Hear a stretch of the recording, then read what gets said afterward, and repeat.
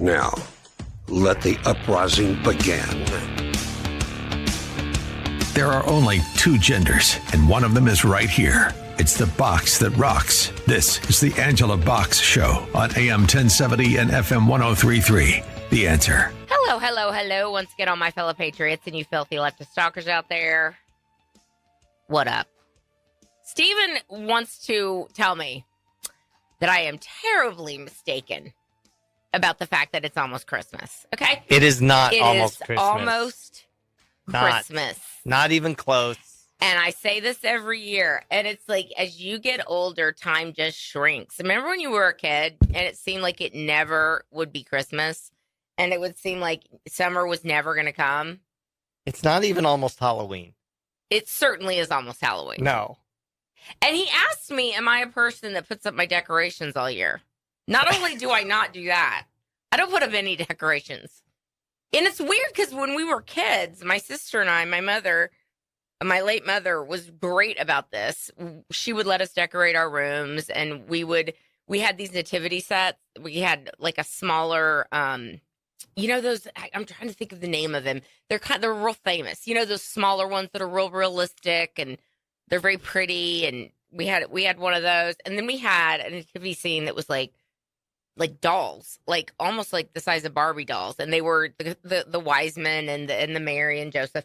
And my mother, when we'd go through all the decorations, she'd be like, okay, whoever finds the first baby Jesus, you get to decide which nativity set you're going to play with first. I remember that very vividly. That's nice. Yeah, and we would listen to John Denver's A Christmas Together, The Muppets Christmas, which is like the best Christmas album ever. We'd make Christmas cookies.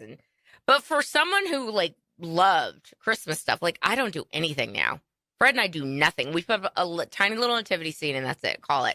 Because I'm like, it's just us. It's like, we don't have kids. Like, what am I going to decorate? What am I going to put all this stuff up for? I just have to take it down. And so Steven thinks I'm one of these weirdos that has Christmas decorations up all year. I assure you, it's not true. Well, it's not almost Christmas. It's... We sorry. haven't even gotten to Labor Day yet. It is, and I'm sad about Halloween. Listen, I'm sad it's almost Thanksgiving. Christmas. Trust me, I want to stretch out time, not shrink it. Got plenty to do before Christmas. Ladies and gentlemen, tell me if you think that I am right and he's wrong, which I am. 8th month of the year, 12th month of the year. 4 months away, my friend. 4 months away. Okay? I win, you lose. Sure. Sure. Okay, you want to hear some first world problems? Sure you do. First of all, if you're watching, can you see my necklace? It is another Melinda Maria piece, and I got it on eBay. I am such an eBayer. Like, I've said this before, I will not, if something is not 60% off, I'm not interested. Although, I will make an exception for Melinda Maria jewelry, because everybody wants them, supply and demand, all that stuff. But if you go on eBay and you're looking for Melinda Maria, that you can get some things that were discontinued and, you know, sold to sellers, whatever, you can get it like half price. So I got these, you know, cute necklaces, and I have my eyes peeled for these Julian necklaces. I want them so bad. But Steven, did I tell you my life hack? Have I told you my life hack about I don't pay for retail? I won't do it. Okay, ladies, gentlemen, and here's the problem: men really can't do these things because the things I'm getting ready to tell you is mainly for chicks. All right, Men don't care. Right, they don't care. In fact, when you asked me if you told me about this before, even if you had, I wouldn't remember. Okay, well, you might if I mention it, and you'll be like, yeah, I already said this, but whatever. Okay, ThreadUp. ThreadUp is an online, it's a thrift store, but it's not. It's like a nice consignment store. Same with the Real, all right? You go in, you put in a color you want. You like the other day, I'm looking for bright green dresses, and it's like, boom. And it's just really cool if you know your sizes and you know what brands, what size you are in certain brands, you're good. Anyway, that's my little life hack. Don't pay retail. Retail is for suckers. Go in and, you know, all these rich ladies that buy Louis Vuittons and whatever and Gucci's at full price, like in 1 year, they'll be sick of it. And then they'll give it to the Real or ThreadUp, and you can get it for a steal, y'all. A steal. Okay, here's a funny first world problem for you. It's it's really a third world problem if I'm TBH, okay?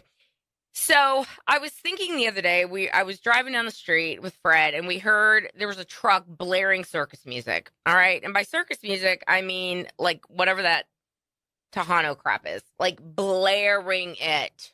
Okay? And I was like, "Oh yeah, you're real hard. You're real hard there."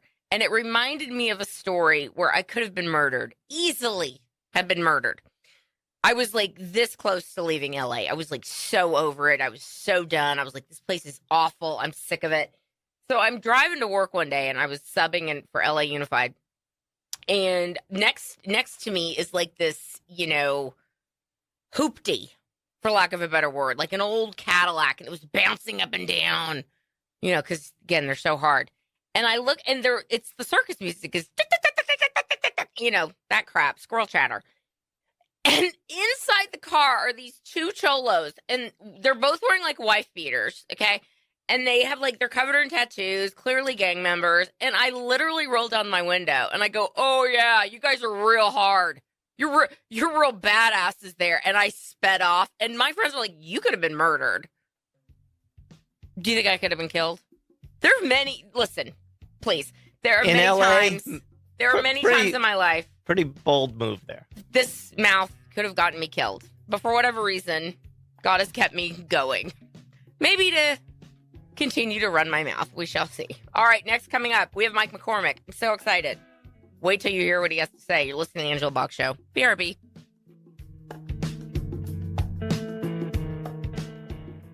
I thought I'd bring back the peepaw knee pads bump. Because we have Mike McCormick. I'm going to do the Oprah. We have Mike McCormick. Please forgive me, Mike McCormick, for channeling Oprah there. We tried to get Mike McCormick last week, Midnight in the Laptop of Good and Evil, and it was Shenanigan City. But we have him this week, and y'all, there is some crazy stuff going on. So, hey, Mike. Hey, Angela. Great to be back with you. I'm so excited. Okay. So, off the air, you were like, "Have you heard about the Kash Patel and the burn bags?" I was like, "No." So, take it away, Mike, because this is getting good. Yeah, it's being reported in multiple news agencies. So Kash Patel, FBI director, has announced that he found some burn bags secreted away in the FBI that now have apparently a lot of evidence. One piece of evidence they identified was the appendix to the, the Durham report, the classified appendix to the Durham report. So they're going to be releasing that eventually. It looks like they have to go through the Senate committee to release it. So so this is what, when Kash Patel and Dan Bongino and even Pam Bondi came out and said, we haven't seen, in the evidence we haven't seen blah, blah about Jeffrey Epstein. Right. This is, I think, what they're talking about. There's a lot of hidden evidence in the FBI headquarters. That's why I think they wanted to redo the FBI headquarters. So Kash Patel said, "No, we're not doing the FBI headquarters. Half of you guys are going to move into USAID headquarters, which is on 14th Street. The FBI headquarters is about 7 blocks away on 7th Street, and they're going to." Instead, what they did is they started rooting through the building, and now they're finding stuff. They also found, there was a report, they found like a secret SCIF. A SCIF is a secure communications conference room. It's like basically that's what the situation room is, a SCIF, SCIF is what they call a SCIF. And so this all figures into what was going on secretly in the FBI for a long time. And so the Epstein stuff, we'll see if more evidence pops up in some of these burn bags. We had burn bags in the White House in our office. We were an unclassified office, so we didn't have to worry about any keeping papers. The burn bag the system is basically, there's literally a brown paper bag in the corner of the room. And anything that you print out that is classified or sensitive, it's on paper, has to be put into that bag. And then there's a crew that comes around I don't know, in some buildings they do it every night, and some buildings they probably do it every couple of days. Ours building was every couple of days. And they literally gather up these burn bags, and then they take them down to a furnace and they burn them. And it's all paper. And it sounds like somebody knew this was a way to keep evidence from being destroyed. They put it in burn bags and they hid it, and they are going to have big revelations out of it. So it's a pretty significant find. It's significant. I'm on X right now. I'm looking at Amuse, and the cover-up is who was the FBI hero that saved thousands of classified Russiagate documents from destruction. The prior regime put thousands of classified documents in burn bags, but an unknown hero moved them to a secret room in the Hoover building before they could be burned. Y'all, right? Evil is being exposed on every level. And we talked about on the show last week when we did our video that I think people are just they're falling for the Epstein thing, but I think people are starting to understand that what Trump was saying was right. Like, you cannot trust if Adam Schiff and Nancy Pelosi and Elizabeth Warren et al. Are all like, release the Epstein files, like there's something fishy. And he was like, I know I'm not in the files. Okay, I know I wasn't there. But I do know that these people were here, and all of a sudden they're not wanting to talk about it anymore. So, I mean, everything is connected, whether it's Russiagate or Epstein or, Crossfire Hurricane, et cetera, et cetera. Where do you think? Okay, let's have a guess here, an estimated or educated guess. Where do you think this is going to lead next? If Patel is like, look, we have all these things that they were trying to destroy, and someone saved them, what do you think we're going to see next? Because this is getting so good. Yeah. They're going to, well, you will always understand what's happening in Washington by understand what's not being said. And then slowly but surely around the corners, especially with Trump. Trump is real good about putting stuff out through his Truth Social stuff. That's the direction they want to go. So, I would look for, now you're starting to hear people talk about how to impeach Obama and Biden after they're out of office so that they lose their, so they can be prosecuted. They can be tried and prosecuted for crimes they did as presidents. That's a big step. Okay, so I saw that, is it Doug or David Schoen? The brothers, the one who was Trump's impeachment lawyer. He mentioned that, talked about how if they can impeach him posthumously, basically. Is that the first step, you think, like you said, to removing that presidential immunity, which I don't think applies if they're doing illegal things? Am I crazy? Like, I don't get this. I'll tell you what I know based on what I'm trying to do. So the first step, actually, they have to get an indictment. That's the first step. There's evidence everywhere. Trump's been saying it. I've said it. I have evidence against Joe Biden, what he did as a vice president that became a conspiracy. To this day, that conspiracy is running. Mm-hmm. That means there's no statute of limitations on it. And that involves Joe Biden and Jake Sullivan. And I've outlined that to the previous Department of Justice and this Department of Justice. They won't do anything out of that until they have a grand jury. And the grand jury has to be seated in the right place at the right time. And right now they're having trouble getting their U.S. attorneys confirmed. Right. That's what Trump was saying right now about he was blasting Senator Grassley. Grassley's dragging his feet. He's letting the Democrats get away with dragging their feet on this. He's like, I want my guys confirmed. It's, 6 months now. Come on. And he's right. And so that's the next step. Get the U.S. attorneys confirmed. Then they seat the grand juries. Then they have indictments through the grand juries through investigation. That's what you got to do. And then you got to deal with, activist judges, how they handle it. But once you get an indictment, then the whole thing shifts into it's an official program. It's in the Justice Department. It's in the media. There are lawyers, and eventually, you would think if you're playing this out the way politics plays out. There'll be leaks to the media, right? Yeah. Whoever's doing the prosecution is going to leak to the media what they have, and the media is going to be like, well, okay, and everybody's going to be, that's not fair. They leaked the media, but, that's what they did against Trump, right? Yeah, they're just not going to report on it. I mean, whatever. Like, you can put your fingers in your ear and pretend you don't hear it all day long, but once the indictments start dropping, but you made a really good point.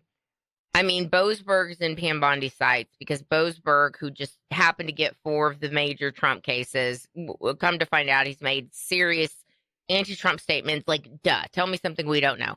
So it looks like she's on the warpath against Boasberg and maybe some of these other activist judges. But if a grand jury is seated in Washington, D.C., the same thing's going to happen as what happened in New York with Trump. These ridiculous charges of sexual assault against the most disgusting woman on planet Earth with no evidence whatsoever, or financial crimes or whatever.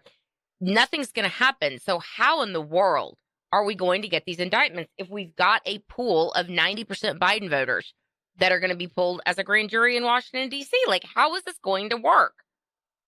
Well, let me tell you what I know about grand juries in D.C., because I know a few things, because I listened to grand juries in D.C. for about 10 years. That was my job as a stenographer before I was at the White House. I was a stenographer, and I listened to the grand juries that were investigating the Clinton people, the Whitewater scandal, the Monica Lewinsky thing. So grand juries in D.C. are a different animal, and I think you could get indictments out of these grand jurors. They're not people that all come from. There's 7 police districts in Washington, D.C. The second police district is where all the wealthy people live in Northwest. But that's only one of 7. There's 6 more. There are a lot of people that live in D.C. that want law and order in their city. They don't want to put up with this nonsense of, defunding the police. They want police in their neighborhoods. They want cooperation with police. They don't want drugs sold on the streets. They don't want guns on their streets. And that's frankly what the Trump Department of Justice, both U.S. attorneys there, Ed Martin and now Judge Jeanine Pirro, have been doing. They've been pulling people off the streets and getting arrests and convictions. That's what district attorneys are supposed to do. Right. And that's what the neighborhoods see. So I think it's possible that they can get indictments from a grand jury in Washington, D.C. In grand jury, the level of evidence in a grand jury is a lot lower than in a jury trial. It's called preponderance of evidence. That's the level. So if they have a lot of evidence that says there was a crime committed, the grand juries just vote and say, you know what? Yeah, okay, there's a crime committed.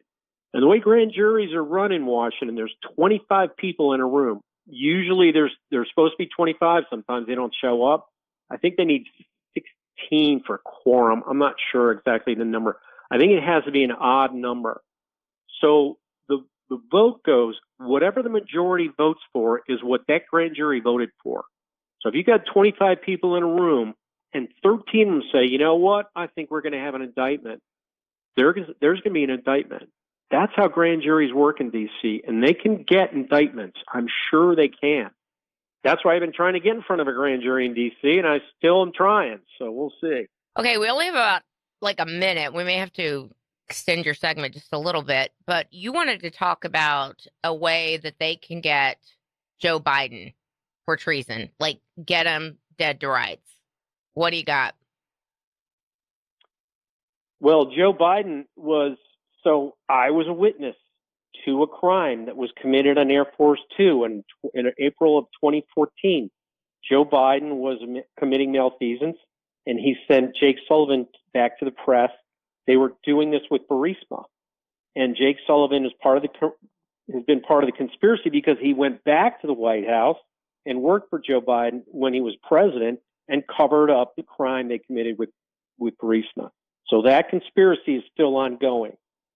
They could call me in front of a grand jury right now, and I'd be a witness that would definitely get those charges. They may have other charges they want to put on Joe Biden.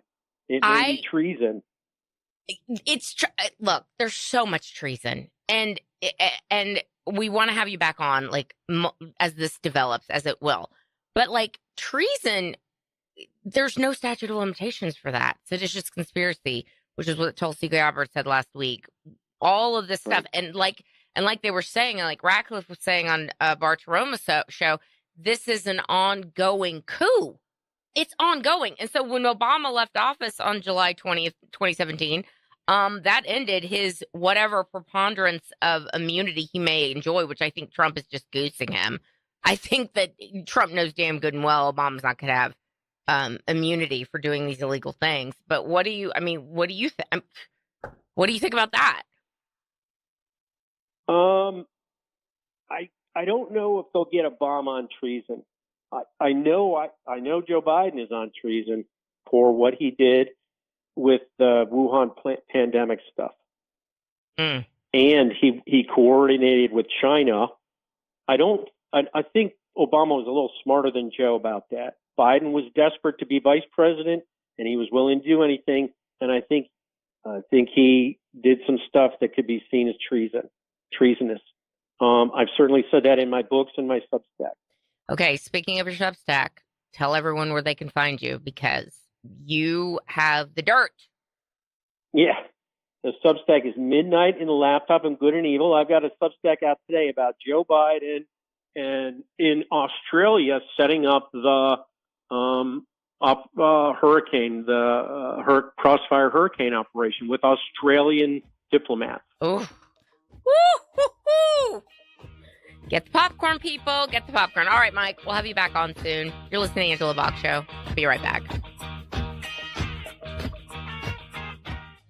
Before we talk about the interview with Mike, which was great and illuminating, and I have thoughts, I need to put a period on the end of my Cholo sentence, okay?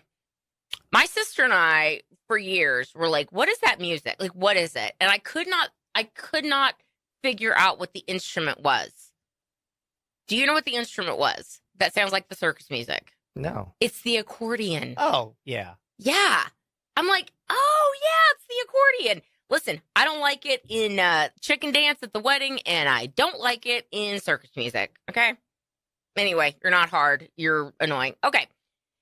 I suppose to each their own, but I'm not a fan of that sort of music. I'm not a fan of lots of different things. As you guys know, I have very limited tastes. I don't like a lot of food. I'm very picky. I like what I like, all right? And circus music is not my favorite. Okay.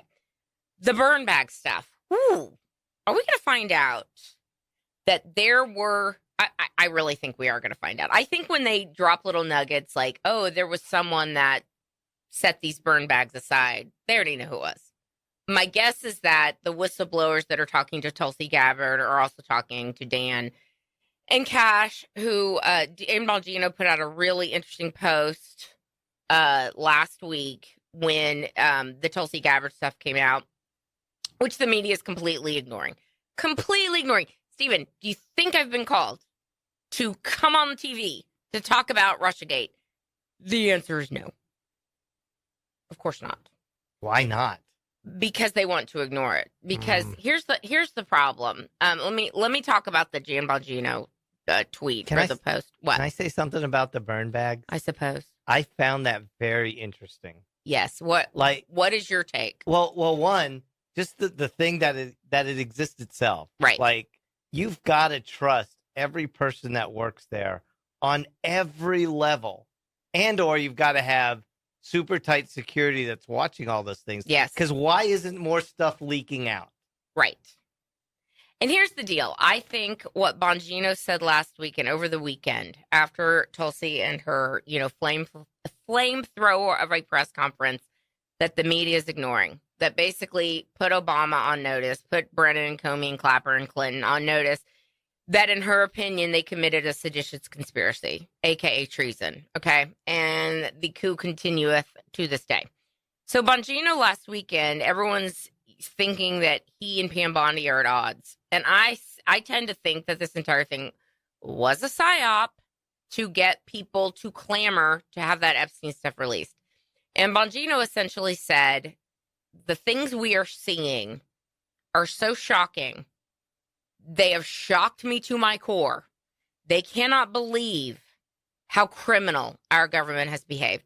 And working with other governments to, again, if you think about all the things we lived through in the past few years, whether it be the Trump-Russia collusion hoax, Crossfire Hurricane, stolen election of 2020, COVID, it's all connected. It's all connected. And it was all to get rid of one person, not to mention the assassination attempts, which we're going to come to find out that was a inside job too. Changed my mind. Okay. You don't have a shooter that just ends up, just magically dead, and they just wipe away all the blood, and the picture they released of the guy doesn't look anything like the first picture of a different guy. And, he's got 5 secret accounts that he's talking to people overseas. Like, come on, man. All connected. Same with this Ryan Routh guy. Okay. He's talking to people in Ukraine. It's a rabbit hole. I think they think that because it's so many strings to unravel, that we just won't have time to do it. And Trump's only got 4 years, and there's just not enough time. What I will say, hold on to your hats, because I think my guess is that they have people looking at every single thing I just mentioned and having those people do a deep dive on everything. And they're going to connect all the dots very soon. But the burn bag thing, I think, was it's very, very interesting, because I think that there is whistleblowers aplenty, talking to Tulsi Gabbard, talking to Kash, talking to Dan, talking to Pam. And the whistleblowers are not just people who probably are scared that something's going to happen to them. I think that they are people that have been so horrified as to what our government has been doing in order to get rid of one person, but also to cover up all the evil that they've been involved in, whether it's child touching, whether it's treason, whether it's creating a pandemic, whatever. Horrified, but also knowing that they can't say anything until the right people are in there. And they've just been waiting. They've been waiting. So it could be a situation where people are talking because they don't want to get, wrapped up in it. And it could also just be the good guys are finally coming forward. Now, speaking of someone who's not a good guy, and this is weird. I mean, it's so weird. Peter Strzok, that demon who smirked in front of the congressional committee, is like, I didn't do anything wrong. The guy that with his girlfriend, Lisa Page. Side note, why are they always so ugly? Why are they always so ugly? We're going to get to Sydney Sweeney and the meltdown people are having about her, that hot chick. They are so mad. They are so mad that we're making America hot again. They can't get over it. But anyway, Lisa Page, Peter Strzok were the boyfriend, girlfriend. They had all their little text messages released talking about what they're going to do to make sure that Trump doesn't win. And if he does win, we've got an insurance policy we talked about in Andy's office. And this is what blows me away, is that after all this happened, after we know all of this, they ended up suing the Department of Justice, Biden's Department of Justice, Merrick Garland. And Biden's DOJ gave him each $1 million because, their text messages were released, and that was an invasion of our privacy. And they're like, yeah, good job, soldiers. Job well done. Here's $1 million each. Anyway, Peter Strzok's back in the news because someone was on his X account the other day, and we're like, this is strange. Why are all of his tweets deleted? Why did he go through and manually delete like 60,000 tweets or something crazy? And then they went to the Wayback Machine, which if you don't know what the Wayback Machine is, and trust me when I tell you, I could not figure this out. There's no way. I don't think Peter Strzok could figure this out either. But the Wayback Machine it's the whole theory of nothing's ever really deleted. Okay. Evidently, it takes archives of literally everything. And you think you delete something and you didn't. Okay. And the Wayback Machine, you can find it, evidently. Well, Peter Strzok, someone told Peter Strzok how to permanently delete things on the Wayback Machine. Yeah. Which is strange. I mean, that's definitely what an innocent person would do, isn't it? Like, listen, I imagine that pretty soon, once the information is dripped out about just how deep and wide this thing goes, we're going to start seeing people take the easy way out, try to save the taxpayers some money, like whatever. Sure. Try and escape earthly justice. You will not escape God's justice. And this is so crazy and so deep and so wide. Okay. We could talk about this the whole hour, but I want to, you know what? I want to talk about something else Mike McCormick said, which I thought was really interesting. The idea that he thinks that we could get a grand jury in Washington, D.C. to indict these people. And I am less bullish on that, I suppose. And I guess what's going to happen is there's going to have to be congressional hearings. There's going to have to be a public information airing of all of these things before there's indictments, because the media isn't talking about it. Like, they will not speak about this. And it's obvious that why they won't. The only thing that they'll say is that, no, there was Russia collusion and, Trump's lying. Like, okay, keep saying that. And it basically keeps the conspiracy alive because the media was in on it. So any media outlet like Washington Post et al., New York Times, that won't return the Pulitzers that they won for the Trump-Russia collusion hoax, they're all still writing and dying for this. They're all still saying, yeah, Trump was a Russian agent and he colluded with Putin and blah, blah, blah. I mean, if you're part of the criminal conspiracy, this makes sense, that you wouldn't want to then say, hey, we were totally fooled, we were wrong. No. Anyone who's saying that they're not fooled and that they were, and like take some stock and say, okay, we were totally wrong about this. This is what these people told us. Obviously, this was wrong. You know that it was a collusion with the media and these evil actors in the government because they're continuing the lie. Okay? That's the big lie. They like to think that the big lie is Trump talking about how the Voldemort machines were flipping votes in the 2020 elections. I mean, those machines, I mean, China and Iran can infiltrate our banking system, can infiltrate, water systems, but not our election systems. No, of course not. No, what are you, insane? They can't do that. Anyway, that's what they told us was the big lie. And obviously, it's not the big lie. I think we're going to come to find out that everything Trump said is 100% true. And I think he caught them all. He has everything. And I guess what we're in the middle of is a very slow public information rollout. And it's going to take time to break through because the media is so in on it. They're so in on it, y'all. They're so in on it. Here's something funny before we go to the break. Here's a good schadenfreude for you.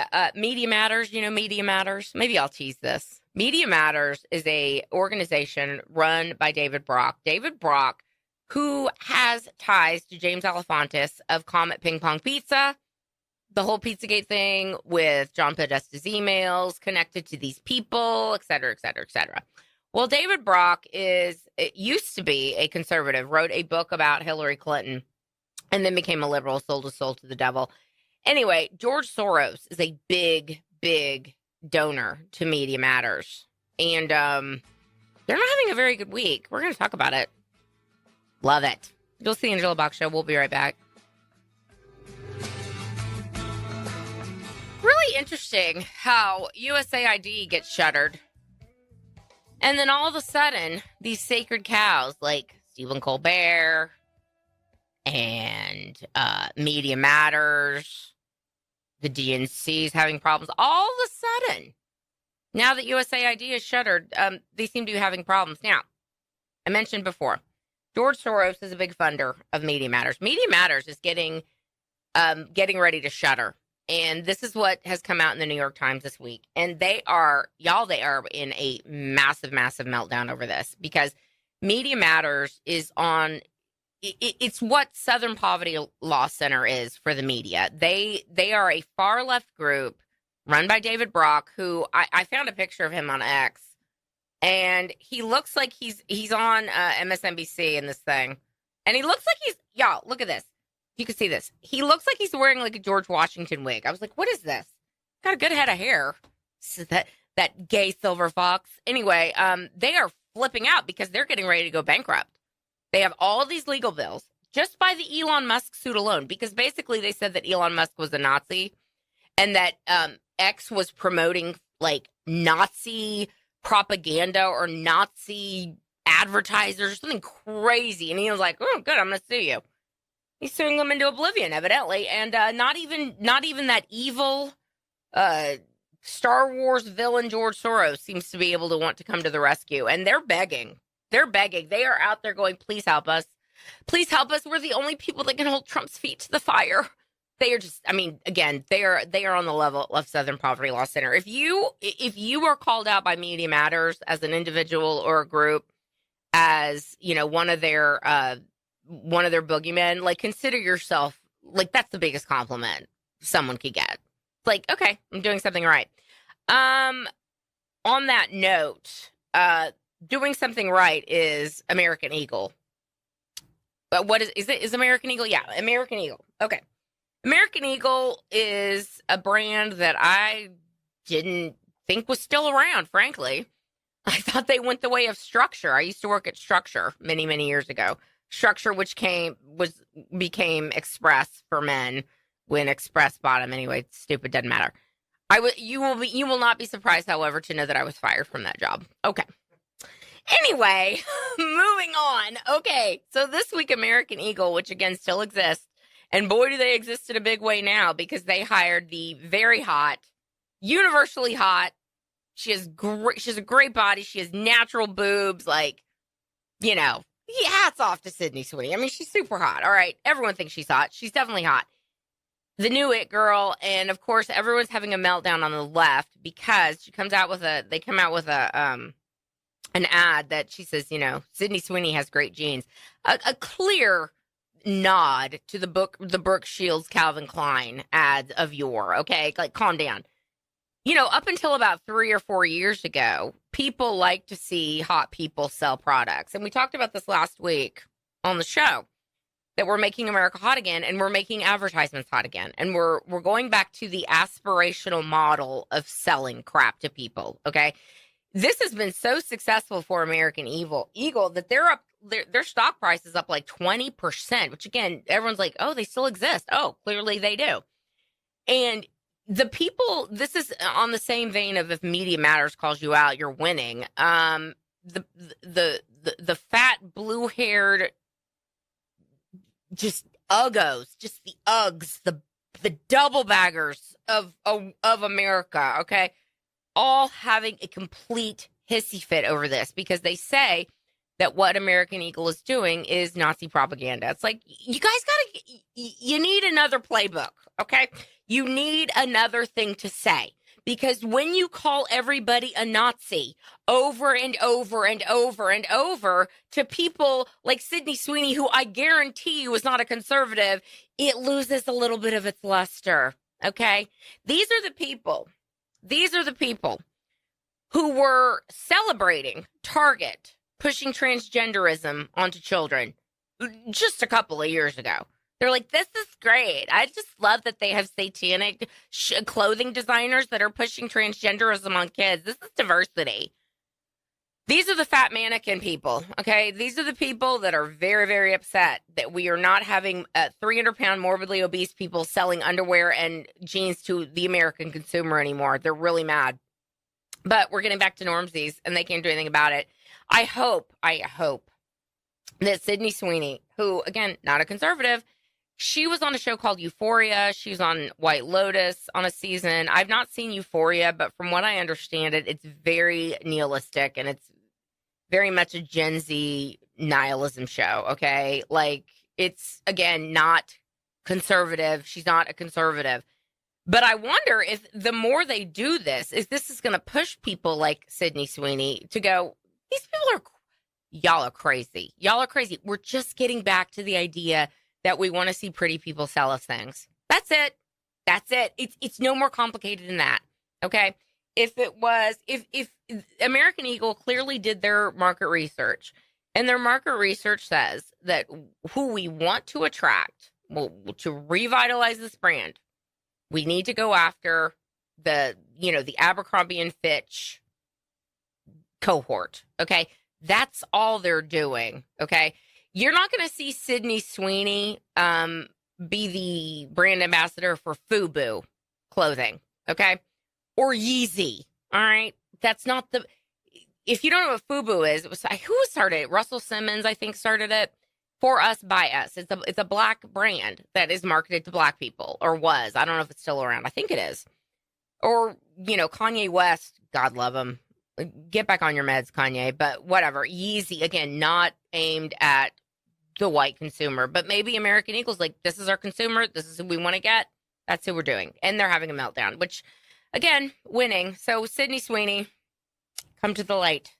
Come to the light, sis. Come to the light. What else is going on? I know what I want to talk about. I was at my hair stylist last week, my hair appointment, and she is famously not political. She probably, leans to the left more than I do. But, she doesn't, to her credit, she doesn't really run her mouth because she doesn't know. Well, here's how effective media propaganda is, because last week she was like, gosh, I've been watching a lot of BBC. BBC is all over this Gaza thing and what Israel's doing is just terrible. And I'm like, girl. That's not the story. That's not what's actually happening. Okay. So, before everyone, wants to declare Palestine a state like Macron is and Keir Starmer is and every other leftist, they're like, we're going to go to the UN next week. And we're going to declare Palestinian statehood. It's like, y'all are so dumb, man. You were just taking a silver platter and handing it to Hamas. Who do you think has been stopping the aid going to the people in Palestine, or the people in Gaza, I should say? It would be Hamas. It would be Hamas, who is now licking their chops because they're like, oh, look at all these governments now recognizing us. We're so close. We're almost there. You guys, if this happens, and Trump is saying like that is not going to happen, like calm down. Like, no, absolutely not. And Trump even said this last week. It seems that Hamas just wants death because they don't seem to want to feed their people or have an end to this war. And yet, the brain trusts, Mr. Macron's husband, Brigitte Macron's husband, Mr. Macron, Jean-Michel Trogneau. If you don't know who that is, look it up. Candace Owens did a great Becoming Brigitte.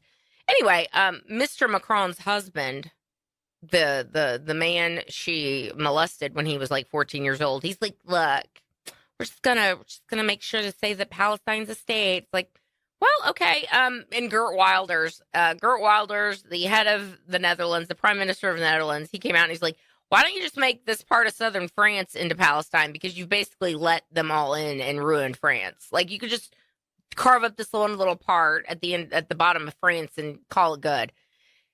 Look, there's a reason no one wants to talk about this, and no one ever wants to talk about this. How come? Why don't all the countries surrounding Israel, why don't any of these Muslim majority countries want to take in these people? Look, why? How come? Oh, is it possibly because that they know that they are kind of like Hamas affiliated, and a lot of them are like 100% down for what's going on? Yes, ladies and gentlemen, that is why. They don't want that. They don't want that terrorism mess in their countries. And look, before you clutch all your pearls, like, I get it. There's Christian Palestinians, there's non-religious Palestinians. I get it.